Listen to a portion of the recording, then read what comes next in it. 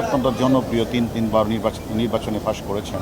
উনি একদম grassroot level থেকে একজন নেতা, যাকে কলকাতার মাটিতে 13 তারিখ থেকে তাকে হত্যা করা হয়েছে। আমরা এই সংক্রান্ত বাংলাদেশে একটি মামলা রুজু হয়েছে এবং কলকাতা পুলিশও একটি হত্যা মামলা তারা সেখানে রুজু করেছে। তার ধারাবাহিকতায় যে আপনারা জানেন যে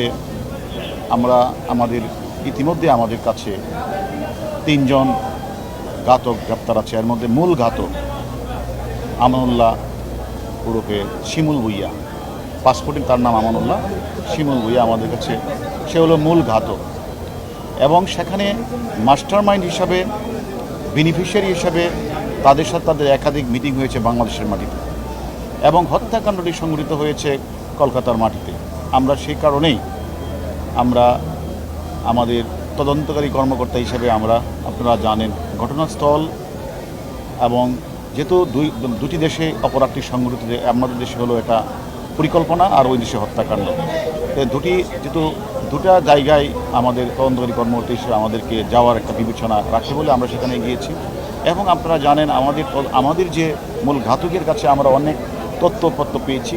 সেই তথ্যপত্রগুলো ক্রস এক্সামিন করার জন্য আমরা এছাড়া এখানে আমরা যে এভিডেন্সগুলি পাচ্ছিলাম, আমরা সরাসরি সেখানে গিয়ে যে ডিজিটাল এভিডেন্সগুলি আমরা সরাসরি দেখলাম এবং সেখান থেকে তারা যে অপরাধীরা কোন সময় কোন গাড়িটা ব্যবহার করেছে, তারা কোন কোন জায়গায় গিয়েছে এবং আমাদের যে মাননীয় সাংসদ কোন সময় তারা সেখান থেকে তাদের রুমে ঢুকেছে, এগুলি আমরা বাস্তবিকভাবে ডিজিটাল এভিডেন্সের জন্য আমরা সেগুলি প্রত্যক্ষভাবে সেগুলি আমরা দেখেছি।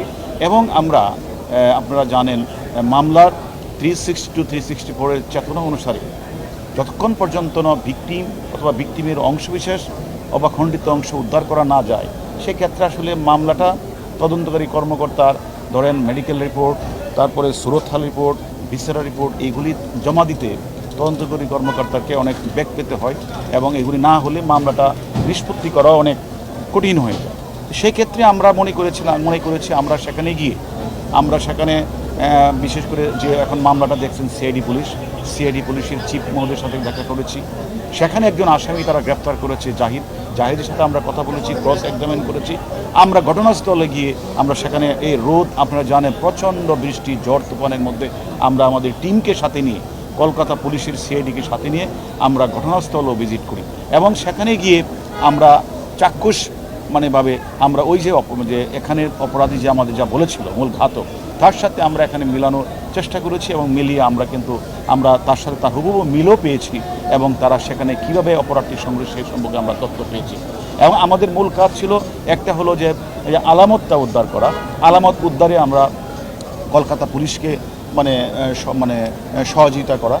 দ্বিতীয়ত ছিল আমাদেরকে সেখানে যে সিসিটিভি মাধ্যমে ডিজিটাল এভিডেন্স আমরা কালেকশন করা এবং আমরা পাশাপাশি বিভিন্ন যে পারিপার্শ্বিক সাক্ষ্য প্রমাণগুলি রয়েছে ওই অপরাধীর কাছে আমরা যে তথ্যগুলি পেয়েছি সেগুলি আমাদের কাছে যে মূল অপরাধী গ্রেপ্তারটা মিলিয়ে দেখার কাজটা আমরা করেছি। আমি এই ক্ষেত্রে মনে করি যে যেহেতু আমাদের কাজ ছিল 3টা, একটি হলো আমরা সেখানে ঘটনাস্থলে যাব, আমরা সেখানে সব কিছু খতিয়ে দেখব এবং আমরা তদন্তকারী কর্মকর্তার জন্য যে মূল বিষয় ভিকটিমের খণ্ডিত অংশ, পুরো অংশ অথবা অংশবিশেষ উদ্ধার করা।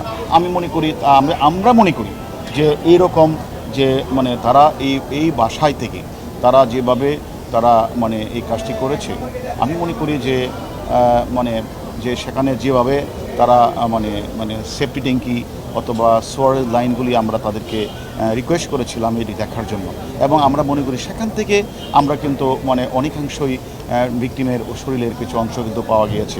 এটা যদিও এটাকে এখন তারা ফরেন্সিক রিপোর্ট বা ডিএনএ টেস্ট করে চূড়ান্ত জানাবে। তবে আমরা প্রাথমিক যেটা মনে করি যে সেখানে স্বাভাবিকভাবে এই মাংসগুলি এভাবে ফ্লাশের মাধ্যমে যায় না। সেক্ষেত্রে আমরা মনে করছি তারই হবে। তারপরেও আমরা এখানে একটা ডিএনএ টেস্ট হবে, ফরেন্সিক রিপোর্ট হবে, তারপরে চূড়ান্ত জানা যাবে।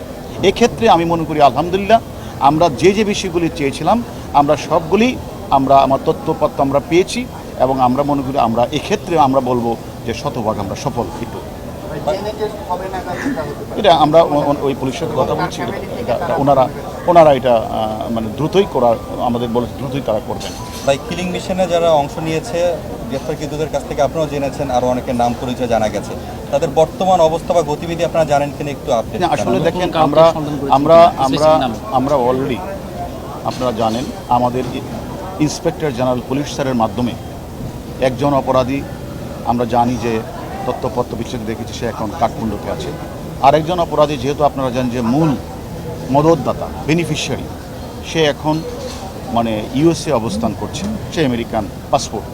এখন আপনারা জানেন যে আমাদের দ্রুতই আমরা তাদের মোবাইল নাম্বার, তাদের পাসপোর্ট সব কিছু তথ্যপত্র সংগ্রহ করে আমাদের ইন্সপেক্টর জেনারেল পুলিশ মহোদয় ইন্টারপোলকে অবহিত করেছেন। ইন্টারপোলের মাধ্যমে কাঠমান্ডু যে এম্বাসি, যেটা মানে যে নেপালের এম্বাসি বা নেপাল কর্তৃপক্ষকে অবহিত করেছে। আমরাও আনঅফিশিয়ালি কাঠমান্ডু যে বাংলাদেশের যে এম্বাসি রয়েছে, সে এম্বাসির সাথে আমরাও প্রতিনিয়ত যোগাযোগ রাখছি এবং আমরা বিভিন্ন ধরনের তথ্যপত্র দিয়েও কথাবার্তা বলছি। সেটা আমরা মনে করি কাঠমান্ডু আমাদের হাই কমিশন দেখছে, এটার মধ্যে আমাদের ইন্টারপোলকে অবহিত করেছি।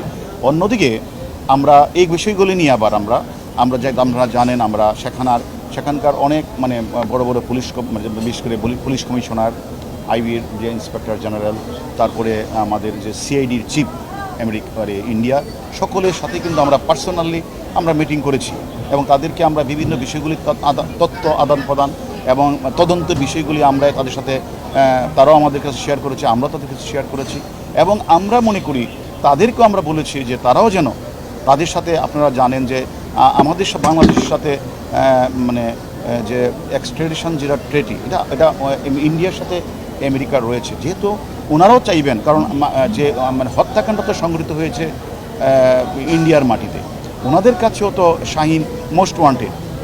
ওনাদেরকে আমরা রিকোয়েস্ট করেছি, আপনারাও তো, ওনারা আমাদেরকে বলেছে যে হ্যাঁ, আমরা ঊর্ধ্বতন কর্তৃপক্ষের সাথে কথা বলে আমরাও আমাদের যথাযথ প্রক্রিয়া আমরা অনুসরণ করব। আর আমরাও ইতিমধ্যে আমাদের ইন্সপেক্টর জেনারেল পুলিশের মাধ্যমে ইন্টারপোলকে অবহিত করেছি এবং আমরা বাংলাদেশের যে আমেরিকার যে দূতাবাস আছে তাদের সাথে আমরা আনঅফিশিয়ালি তাদের সাথে এই বিষয়টি নিয়ে সাহায্য সহযোগিতা চাই। আসলে দেখেন, যে কোনো হত্যাকাণ্ড যখন সংঘটিত হয় তার পিছনে তো অবশ্যই একটা মোটিভ রয়েছে এবং আপনারা এটাও লক্ষ্য করেছেন যে এখানে পরিকল্পনা হয়েছে 2 মাস, সেটা হলো গুলশান বিভিন্ন এলাকাগুলিতে, এবং তাকে এর আগেও 2বার প্ল্যান করেছিল তাকে পৃথিবী থেকে সরিয়ে দেবে এবং তারা বাংলাদেশের মাটিকে তারা ব্যবহার করলেন না, সেখানে তারা বললেন যে সেখানে করলে তাদের এখানে প্রবলেম হবে, সে কারণে তারা সেটাকে বেছে নিলেন আমাদের পার্শ্ববর্তী দেশ কলকাতার সঞ্জীবা গার্ডেনে।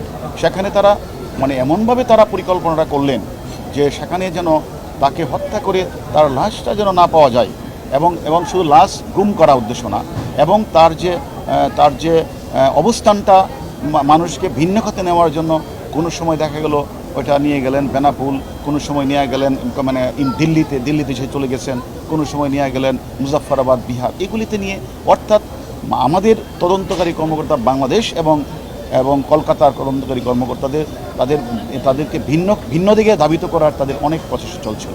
তাহলে এভাবে তারা একদম প্রি প্ল্যান ঠান্ডা মাথায় তারা কিন্তু এই অপরাধটি সংঘটিত করেছিল। এখন আমাদের কথা হলো যে যে মূল যে প্ল্যানার, মদতদাতা, বেনিফিশিয়ারি, সে এখনও আমাদের কাছে নেই। এখন আমরা আরেকজন যে রয়েছে, সে সিয়াম, সে আছে কাঠমান্ডুতে, আমরা যতটুকু জানি, সেটাও আমাদের কাজ চলছে। এখন আসলে আমরা 2 দেশের তদন্তকারী কর্মকর্তারা আমরা তদন্ত করছি। এখন হঠাৎ করে এখানে দেখেন এলাকার আধিপত্য বিস্তার নিয়ে কোনো সমস্যা আছে কিনা, এখানে রাজনীতি, প্রতিদ্বন্দ্বী, অর্থনৈতিক, সামাজিক, বা এখানে উনি মাঝে মাঝে কিন্তু কলকাতায় যেতেন, মাননীয় সংসদ, উনি একজন জনপ্রিয় সংসদ, ওনার এখানে ব্যবসা বাণিজ্য ছিল কিনা, অথবা উনি যখন গোপালের বাসা থেকে বের হওয়ার পরে উনি এই যে শিমুল ভুইয়া, তাকে যে নিয়ে গেলেন ওই সঞ্জীবা গার্ডেনে, সেখানে উনি কি আবার নতুন ব্যবসায়ী সেজে উনি নতুন ব্যবসায়ীর মিথ্যা তথ্য দিয়ে সেখানে নিয়ে গিয়েছিলেন কিনা, আমরা কিন্তু সবগুলি কিন্তু, এবং আপনারা যারা সাংবাদিক ভাইরা আছেন, আপনারা অনেক ধরনের তথ্য আপনারা আমাদেরকে দিচ্ছেন, সব কিছু আমরা বিচার বিশ্লেষণ করছি, পাশাপাশি ইন্ডিয়ান পুলিশ এগুলো বিচার বিশ্লেষণ করছে। হঠাৎ করে কোনো একটা মোটিভ কোনো একটা উদ্দেশ্য মানে স্পেসিফিক এই বলাটা এই মুহূর্তে সঠিক হবে না। এটা আমরা মনে করি মদতদাতা তো রয়েছে, মদতদাতার সাথে যারা আরও কিছু রয়েছে, আমরা তো অনেকে তো আমাদের কাছে রয়েছে। এখন এদের কাছে আরও আমরা রিমান্ডে আরও জিজ্ঞাসাবাদ করছি। পাশাপাশি মদতদাতা ছাড়াও আপনি জানেন যে আমাদের পার্শ্ববর্তী দেশ কাঠমান্ডুতে অনেকে অবস্থান, তাদের সব কিছু আমরা চেষ্টা করছি। আমাদের এখন মূল কাজটি তো হচ্ছে, যেহেতু আপনারা জানেন এই মামলাটা কিন্তু মূলত আমরা একটা কনক্লুসিভ পর্যায়ে নিয়ে এসেছি। কারণ আমাদের এখন আর যে আমাদের যে আলামতকে আমাদের কোনো সমস্যা হওয়ার কথা না। পাশাপাশি আমাদেরকে পারিপার্শ্বিক সাক্ষ্য ডিজিটাল এভিডেন্স আমাদের কাছে রয়েছে, সব কিছু আমাদের এবং দুই পক্ষের মানে গুরুত্বপূর্ণ আসামিরা গ্রেপ্তার হয়েছে এবং তাদের কাছ থেকে তথ্যপত্র নিয়ে আমি মনে করি আমরা মামলাটার কনক্লুসিভ পর্যায়ে আছে। এখন আমাদের কাজটা হবে কিছু আসামি যারা বাইরে অবস্থান করছেন তাদেরকে দ্রুতই ফিরিয়ে এনে দুই দেশের ঐকান্তিক প্রচেষ্টার মাধ্যমে আমরা দ্রুতই তাদেরকে ফিরিয়ে আনার চেষ্টা করবো। কারণ আমাদের জট বলতে আমরা তো অলরেডি বললাম যে এটা কনক্লুসিভ পর্যন্ত আমরা নিয়ে এসে পড়েছি। আমরা কারণ আপনারা জানেন তারা মানে হত্যাকাণ্ডের জন্য স্থানটা বেছে নিয়েছে কলকাতার সঞ্জীবা গার্ডেন, বাট যারা এই হত্যাকাণ্ড সংঘটিত করেছে মদতদাতা, মূল ঘাতক থেকে শুরু করে সকল আসামি কিন্তু মোটা দাগে বাংলাদেশে। অতএব আমাদের মূল কাজ হবে এখন হত্যার সব কিছু তো আমরা মোটামুটি আমাদের নখদর্পণে চলে আসছে এবং কনক্লুসিভ পর্যায়ে আমরা নিয়ে এসেছি। আমরা মনে করি বাকিদের জন্য আমরা কাজ করছি। আমরা শীঘ্রই তাদেরকে আইনের আওতায় বিচারের মুখোমুখি আমরা দাঁড় করাবো। আরুন ভাই, এই ঘটনায় শুধুমাত্র আখতারুজ্জামান শাহীন না, বাংলাদেশের অনেক বড় বড় স্বর্ণ ব্যবসায়ীর নাম আমরা শুনতে পাচ্ছি। বিভিন্ন জায়গা থেকে আমাদের কাছে ভয়েস মেসেজেও পাঠানো হচ্ছে বিভিন্ন জনের নাম। কোনো বড় স্বর্ণ ব্যবসায়ীর নাম আছে এটাতে? এটা কি সোনা ব্যবসা নিয়ে কোনো দ্বন্দ্ব আছে কিনা? এটা দেখেন, মানে আপনারা মিডিয়াতে অনেক নাম আসছে, অনেক ধরনের ঘটনা আসছে। আমি তো বলছি একটাই, আপনারা মিডিয়ারা অনেক তথ্যই দিচ্ছেন, আমরাও বিভিন্ন তথ্য বিভিন্ন জায়গাতে পাচ্ছি। আমরা সবগুলি কিন্তু আমরা দুই দেশের আসামিদের কাছে আমরা ক্রস এক্সামাইন করেছি, বিচার বিশ্লেষণ করেছি। যেহেতু মামলাটা এখনও তদন্ত চলছে, এই মুহূর্তে স্পেসিফিকলি মানে কী কারণটাই কীটা এই মুহূর্তে বলা যাচ্ছে না।